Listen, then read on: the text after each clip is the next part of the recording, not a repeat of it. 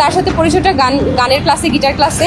Guitar শেখানোর নামে ডেকে নিয়ে ইডেন কলেজের ছাত্রী ও অভিনেত্রী জান্নাতুল তাজরিয়া অরাকে শারীরিক ও যৌন নিপীড়নের অভিযোগের এই ঘটনাকে কেন্দ্র করে তোলপাড় সৃষ্টি হয়েছে। অভিযোগের মুখে তরুণ গায়ক আবু জাহিদ ওরফে জাহিদ অন্তুকে আদালতের নির্দেশে কারাগারে পাঠানো হয়েছে, যদিও আজকে তাকে জামিন দিয়েছে আদালত। ওরা জানান, অনার্স ফার্স্ট ইয়ারে পড়ার সময় জাহিদ অন্তুর কাছে গিটার শিখতে যান তিনি। সেখান থেকেই পরিচয়। এক পর্যায়ে তাদের মধ্যে প্রেমের সম্পর্ক গড়ে ওঠে। গিটার শেখানো, আড্ডার নাম করে তাকে বাসায় নিয়ে ডেকে প্রথমবার অনিচ্ছায় শারীরিক সম্পর্ক করা হয়, যা তিনি স্পষ্টভাবে ধর্ষণ বলে অভিহিত করেছেন। সংবাদ সম্মেলনে ওরা বলেন, আসলে জাহিদ অন্তুর সঙ্গে আমার আগে থেকেই সম্পর্ক ছিল। তার সঙ্গে আমার প্রেম ভালোবাসার সম্পর্কই ছিল। সেটা দেখা যায় যে অনার্স ফার্স্ট ইয়ারে যখন আমি পড়ি তখন তার কাছে আমার গিটার শেখা হতো। মূলত সেখান থেকে আমাদের পরিচয়টা শুরু হয়েছিল। তারপর একটা সময় পর তার সঙ্গে আমার প্রেমের সম্পর্ক শুরু হয়। কিন্তু প্রেমের সম্পর্ক প্রথমে হয় না, সে তার বাসায় আমাকে ডেকেছিল। কারণ আমি গিটার শিখতাম এবং বাসায়ও গিটার শেখার নামে বা গল্প আড্ডার নামে সে আমাকে বাসায় ডাকে এবং আমি যাই। যাওয়ার পরে সে আমাকে কোনো কিছু না বলেই আমার সঙ্গে ইন্টিমেট হয়।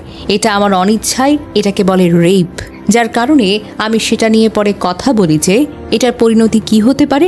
আসলে এক্ষেত্রে আমি বিয়ে করতে চাই বা একটা সম্পর্ক থাকুক সেটা চাই। সে আমাকে একটা প্রতিশ্রুতি দেয়, একটা বিয়ের প্রতিশ্রুতি, একটা সম্পর্কের নিশ্চয়তা।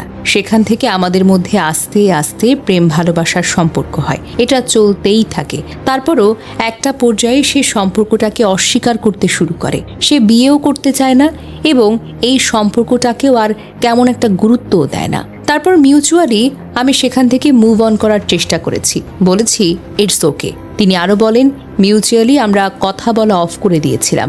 আমিও তার সঙ্গে খুব একটা রেসপন্স করতাম না, সেও আমাকে নক করতো না।